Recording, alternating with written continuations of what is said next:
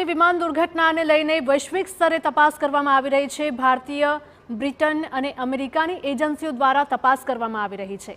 UK, યુએસએની investigation એજન્સીના 20 અધિકારીઓ પહોંચ્યા। એએઆઈબી, એનટીએસબી, આઈસીએઓની ટીમ પણ દુર્ઘટના સ્થળે પહોંચી છે અને તપાસ કરવામાં આવી રહી છે। પ્લેન ક્રેશના સેમ્પલ્સને લઈને વિવિધ દિશામાં પણ તપાસ કરવામાં આવશે અને સતત 3 દિવસથી અલગ અલગ એજન્સીઓ દ્વારા પણ તપાસ કરવામાં આવી રહી છે। ગઈકાલે યુકેનું ડેલિગેશન ક્રેશ સાઇટ પર પહોંચ્યું હતું। એનઆઈએ અને એનએસજીની ટીમ પણ કરી ચૂકી છે તપાસ।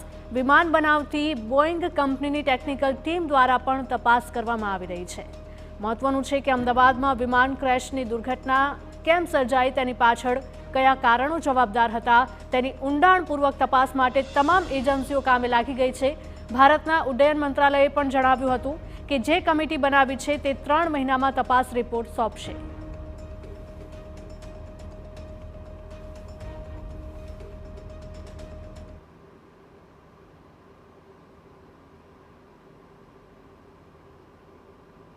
इंडिया प्लेन क्रेश स्थल पर अत्यारे हाल अलग अलग एजेंसीओ छे जे पहुंची छे के जे यूके अने यूएसनी जे एविएशननी एजेंसी छे ते पहुंची छे। हाल आ दृश्यो जोई शकाय छे के जे एयर इंडियाना बोइंग 787 जे विमान हवे आंतरराष्ट्रीय स्तरे शरू थई गई छे के जे एरक्राफ्ट एक्सीडेंट इन्वेस्टिगेशन ब्यूरोनी टीम छे के जे यूके अने यूएस थी आवी छे। हूँ एक वखत मारा कैमरा पर्सन अरविंद सोलंकी ने कहीश के जे दृश्यो छे के जे गाड़ीमां जे तमाम जे इन्वेस्टिगेशन ऑफिसर छे अत्यारे हाल पहोंच्या छे। खास अमेरिकाना नेशनल ट्रांसपोर्ट सेफ्टी बोर्डनी एक टीम छे ते पण पहोंची छे। साथे ज इंटरनेशनल सिविल एविएशन ऑर्गेनाइजेशन जे तपास जे छे तेनी टीम छे के जे तमाम टीम छे के जे अत्यारे हाल पहोंची छे। हाल अत्यारे प्लेन क्रेश जे साइट छे के त्यां आगळ हवे तमाम सेम्पलो छे ते लेवामां आवशे। जो के आ घटना जे दुर्घटना